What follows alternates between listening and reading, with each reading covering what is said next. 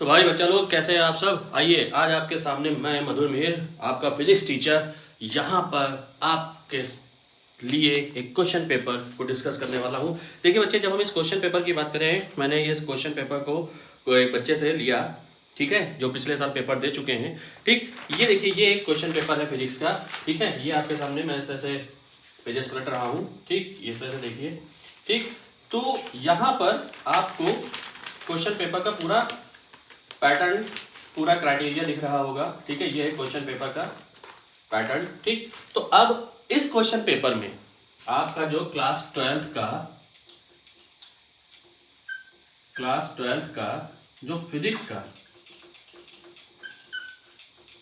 Paper है, ठीक है, अच्छा समझिए, ये क्वेश्चन पेपर जो मेरे हाथ में है अभी, ठीक है, ये क्वेश्चन पेपर क्या कहता है, किस तरीके से इसको अटेम्प्ट करना है। सबसे पहले इस क्वेश्चन पेपर का क्राइटेरिया समझेंगे, क्वेश्चन पेपर का सेटअप समझेंगे। देखिए, क्लास 12 के क्वेश्चन पेपर में फिजिक्स के हम लोग क्या देखेंगे, याद रखिएगा। सबसे पहले हम लोगों को इसका एक पूरा का पूरा पोर्शन समझना है, जो कि आपकी बार के सैंपल पेपर में भी आपको मैंने बता दिया था, सैंपल पेपर भी मैंने आपको शो कर दिया था। ठीक है, क्या है फिर समझ लीजिए, क्योंकि दोबारा ये चीज आप अगर इस चीज को स्किप करते हैं तो ये चीज आपके दिमाग से हट जाएगी और हम लोग एग्जाम हॉल में बहुत ज्यादा पैनिक हो जाते हैं जब हम क्वेश्चन पेपर को देखते हैं। हमें क्वेश्चन पेपर कभी भी इस तरीके से नहीं देखना है, मैं पहले बता दे रहा हूं क्यों। सबसे पहले एक चीज समझिए, जब भी क्वेश्चन पेपर आपके सामने आए, ये आपके सामने क्वेश्चन पेपर है, ठीक है, हमने क्या देखना है, हमने सबसे पहले जो इंस्ट्रक्शन दिए हैं सिर्फ उनको पढ़ना है, ठीक है, फिर क्वेश्चन पेपर को पलट देना है। याद रखिएगा, मेरी ये चीजें कुछ ह्यूमन साइकोलॉजिकल चीजें हैं जो मैं आपको बता दे रहा हूं। कभी भी एमसीक्यू मत देखिए, आप सबसे पहले पीछे जाइए, ठीक है, आंख बंद करके बिल्कुल आप सेक्शन ई या सेक्शन डी, ठीक है, क्या है आपका जो क्वेश्चन पेपर होता है, क्योंकि फिजिक्स है बेटा, याद रखिएगा, फिजिक्स का पेपर कुछ बेहतरीन ही होता है हमेशा, हर साल। ठीक, तो ये जो क्वेश्चन पेपर होता है वो आपका होता है 70 मार्क्स का, ठीक है, 70 मार्क्स। अब इसमें आपको सबसे पहले सेक्शन डी देखना है। अब सेक्शन डी भी इसी के साथ होगा। अब ये आपके ऊपर है, आप क्या देखना चाहते हैं, क्योंकि सेक्शन डी जो है और सेक्शन ई जो है, सेक्शन ई जो है वो होगा लॉन्ग क्वेश्चन, सेक्शन डी जो होगा वो होगा case based, case study based.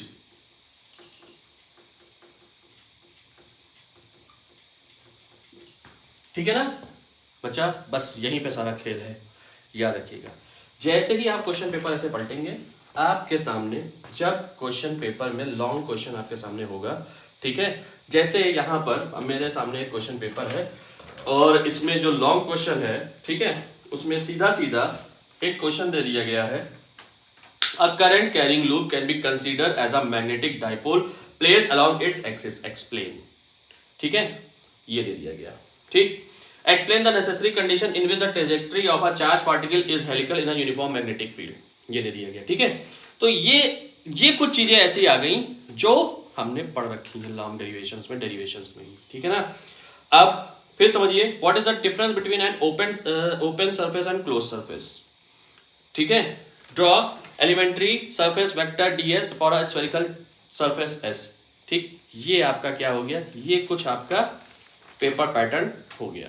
ठीक है, अब यहां पर हमको ये चीज समझ में आ गई कि लॉन्ग क्वेश्चन में किस तरीके से चीजें आ रही हैं। ठीक है, इंटरफेरेंस का एक न्यूमेरिकल है, इंटरफेरेंस का न्यूमेरिकल है, एक छोटा सा उसमें एक थ्योरेटिकल क्वेश्चन पूछ लिया गया, मतलब 1 1 1 करके या 3 2 5 करके, ठीक है, या 2.5 2.5 नंबर करके पूछ लिया गया। ठीक है ना, समझ में आ गया आपको। A current carrying loop consider as a magnetic dipole placed along its axis, explain. Obtain the relation for the magnetic dipole moment of a current carrying coil. सोचिए, ये सब चीजें इसमें हैं, मतलब जब हम इसको देख रहे हैं, हम इसको पढ़ रहे हैं, तो हमारे पास चीजें क्या होती जा रही हैं, हमको चीजें समझ में आती है। जैसे एक क्वेश्चन है, what is the source of force acting on a current carrying conductor placed in a magnetic field, obtain expression for the force acting between two long straight conducting wire. देखिए, मैंने बताया था ना, कुछ चीजें जो डायरेक्ट पूछी जाती हैं वो इसमें आ गई। अगर उस डेरिवेशन को हल्का सा तोड़ा भी गया तब भी वो इसमें आ गया। मतलब हमारा एक मोटा मोटा मैक्सिमम मार्क्स हमको यहां से देखने को मिल गया कि नहीं मिल गया? बोलिए हाँ या ना। कितने नंबर का होता है लॉन्ग क्वेश्चन? 5 नंबर का। ठीक है, अब जब हम इसको ऐसे पलटते हैं, ठीक है, इस तरीके से, तो हमारे पास केस स्टडी आ जाती है। क्या आती है? Case study.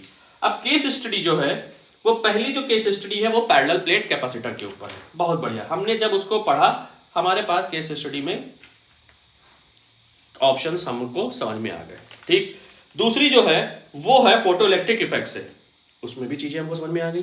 तो पहली जब आपने देखा तो यहां पर 4 मार्क्स मतलब 4 into 2 ये हमको समझ में आ गया।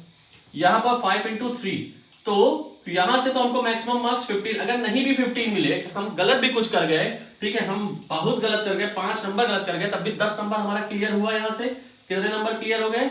10 मार्क्स। ये 10 मार्क्स क्लियर हो गए। ठीक है, अब यहां पर अगर हम बहुत भी गलत कर गए तब भी 6 नंबर तो हमें मान के चल रहे हैं, क्योंकि केस स्टडी में चीजें गिवन होती हैं भाई। ठीक है, बहुत गलत कर गए फिर भी 5 मार्क्स तो हो गए। यहां से कितने हो गए? 15 हो गए कि नहीं हो गए? हाँ या ना। अब आइए, अब बात आती है सेक्शन सी, जो कि क्या कैरी कर रहा है? Short question. क्या कैरी कर रहा है? Short questions. अब शॉर्ट क्वेश्चंस में इसमें अगर कायदे से देखा जाए, ठीक है, ये याद रखिएगा, ये पीवाईक्यू, इसलिए मैं कहता हूं बार बार पीवाईक्यू सॉल्व करिए, सारा स्मार्ट वर्क करिए। जब आप स्मार्ट वर्क करते हैं तब आपको चीजें पता चल जाती हैं। मैं इसलिए कह रहा हूं आपकी strategy final board examination hall में आपकी स्ट्रेटेजी ही काम आती है। ये याद रखिए, कितना स्मार्टली अपने आप को तैयार किया है। ठीक है, अब इसमें जब हम सेक्शन सी की बात कर रहे हैं, ठीक है, सेक्शन सी में देखिए एक डायग्राम बना है, कहते हैं आइडेंटिफाई द मशीन। कितना सिंपल, मतलब एक आपको ये सेंस दिया है, आपको मशीन मतलब 1 नंबर फ्री का मिलना है आपको। ठीक है, फिर कहते हैं name the parts of P and Q R of the machine. बाप रे बाप, फ्री का मार्क। मतलब हमको इसमें ये चीज, एक आर्मेचर कॉइल है, वहां पर स्लिप रिंग्स लगी है, सिर्फ ये लिखना है, फ्री के मार्क्स मिल रहे हैं। सोचिए कितने नंबर का क्वेश्चन होगा ये? शॉर्ट क्वेश्चन कितने नंबर का होता है भाई? ये 5 नंबर का हो गया, ये 4 नंबर का, तो 3 नंबर का हो गया। अगर एक क्वेश्चन में 3 पार्ट ऐसे हैं तो 3 नंबर तो आपको ऐसे ही मिल गए, क्योंकि प्रैक्टिकल बेस अब की बार चीजें आएंगी, मैं बार बार कह रहा हूं। ठीक है, अब एक question with the help of the रे diagram show that the straw appears bent when it is partially dipped in the water and explain it. बताइए, रिफ्रैक्शन का फिनोमिना, रिफ्रैक्शन का क्वेश्चन इसमें पूछ लिया गया। कितना इजी चीज है। ठीक है, explain the transmission of optical signal through an optical fibre by an diagram. Easy question. ठीक है, अब अगर इन सब चीजों को हम लोग हल्का सा भी इधर से उधर करते हैं तो क्या हम इसको कर पाएंगे? नहीं।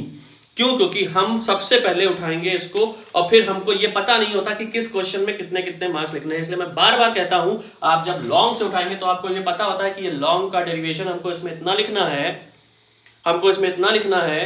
ठीक है, और फिर जब आप इसमें आते देखिए एक न्यूमेरिकल लगा दिया गया, ये देखिए न्यूमेरिकल्स लग गए। तो ये सब चीजें आपके सामने क्या हो गई? आपको क्लियर हो गई। ठीक है, अब यहां से चीजें आपकी क्लियर हो गई। फिर जब आप सेक्शन बी में गए तो सिंपल क्वेश्चन थे जो कि वेरी शॉर्ट थे, डायरेक्ट बेस्ड क्वेश्चन। ठीक है, वो वेरी शॉर्ट क्वेश्चन हो सकता है रिपीटेड हो जाए। एक चीज याद रखिएगा, जो आपका लॉन्ग क्वेश्चन होते हैं मैक्सिमम मार्क्स में, उसमें आपको रिपीटेड डेरिवेशंस मिल जाते हैं कभी कभार, जो रिपीटेड डेरिवेशंस होते हैं। कुछ साल के मैं बार बार कह रहा हूं, इसीलिए ये नहीं कि जो पिछले साल आया था वही आ गया ना, पिछले के पिछले साल वाला। ठीक है, अब ये कितने मार्क्स का है? ये 2 मार्क्स का है। ठीक है, फिर आप आ जाइए सेक्शन ए में।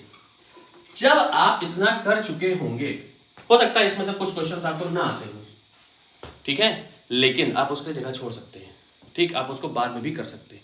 जब आप सेक्शन ए में आएंगे तो याद रखिएगा, सेक्शन ए में आने के लिए आप बिल्कुल फ्री माइंडेड होने चाहिए, क्योंकि वहां पर ऑब्जेक्टिव है, वहां पर आपके सामने ऑब्जेक्टिव क्वेश्चंस हैं, वहां पर आपके सामने ऑब्जेक्टिव क्वेश्चंस, क्योंकि ऑब्जेक्टिव क्वेश्चंस में भी आपको न्यूमेरिकल सॉल्व करने मिलेगा और कुछ ग्राफिकल क्वेश्चंस होंगे जिसमें आपका बहुत दिमाग लगेगा। हो सकता है आपको 2 ऑप्शन सही दिख रहे हो, और सबसे बड़ी चीज आपकी ये AR, असर्शन रीजन का तरीका होता है कि रीजन को हमेशा असर्शन से रिलेट करके करिए, आपको पता चल जाएगा असर्शन और रीजन का रिलेशन। ठीक है, आप कभी कंफ्यूज नहीं होंगे उसमें।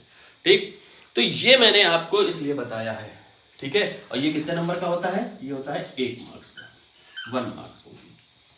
तो जब आप पेपर को इस तरीके से करेंगे तब आप ये देखेंगे कि आपके सामने पेपर इजीली होता गया, आपका प्रेशर कम होता गया और लास्ट में आपके पास गलती करने के चांस बहुत कम हो जाएंगे। मैं बार बार कह रहा हूं बच्चा लोग, गलती करने के चांस बहुत कम हो जाएंगे। आप लोग करते हैं क्या, या तो आप ये करते हैं कि सबसे पहले पेपर उठाते हैं, फिर एमसीक्यू के लिए पेज छोड़ देते हैं, फिर आप सेक्शन बी से स्टार्ट करते हैं। मत करिए बेटा। क्यों ना करिए, इसका रीजन बता रहा हूं, क्योंकि 3 घंटे का पेपर होता है। 15 मिनट जब आपको रीडिंग का दिया था, आप उसमें बहुत ही पैनिक हो जाते हैं, और जब आप स्टार्ट करते हैं तो जल्दबाजी में, जब आपके पास मैक्सिमम नंबर ऑफ टाइम, मतलब मैक्सिमम क्वेश्चन जो होते हैं मैक्सिमम मार्क्स के, उनको करने का जो आपके पास टाइम होता है वो मैक्सिमम नंबर ऑफ टाइम नहीं होता, मिनिमम नंबर ऑफ टाइम हो जाता है, बहुत लेस। हो सकता है आप आधे घंटे में 3 लंबे डेरिवेशन करें, जहां पे गलती 110% है, होने की संभावना बढ़ जाती है। एक चीज और सुनिए, जब आप लॉन्ग क्वेश्चंस करें और अगर उनमें डायग्राम की रिक्वायरमेंट है, बेटा याद रखिएगा डायग्राम पे मार्क्स होते हैं, तो डायग्राम आपका नीट एंड क्लीन होना चाहिए। इसीलिए मैं कहता हूं शुरुआत आपकी जितनी अच्छी होगी अंत उतना ही अच्छा होगा। कहते हैं ना, अंत भला तो सब भला, इसीलिए। और यहां पर आपका, अगर आप इधर से शुरुआत करेंगे तो आपका अंत ही खराब होगा। ठीक है, मेरी इस बात को समझिए, मानिए, ट्राई करके देखिए। आपका पहला ही पेपर फिजिक्स है 20 तारीख को। सबसे पहले तो पीरियड है आपका, ठीक है ना। ठीक, उसके बाद आपका पहला पेपर फिजिक्स है। आप इसको अप्लाई करिए, मेरी बात मानिए, फिर देखिए आपके पेपर सारे के सारे अच्छे ना हो तो बात की बात है।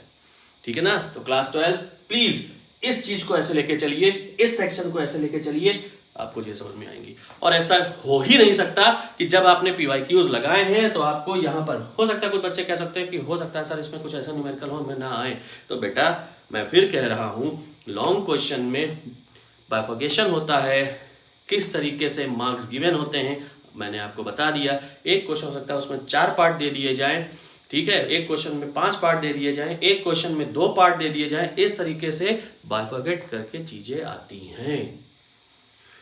दिमाग लगाइए, स्मार्ट वर्क करिए, पीवाईक्यू लगाइए, सिर्फ इस समय पीवाईक्यू लगाइए। ठीक है, all the best for your examination, all the best. और इसी तरीके की अच्छी जानकारी लेने के लिए मुझे सब्सक्राइब करिए, मेरे चैनल को सब्सक्राइब करिए। Thank you so much. Science and love को सब्सक्राइब करिए।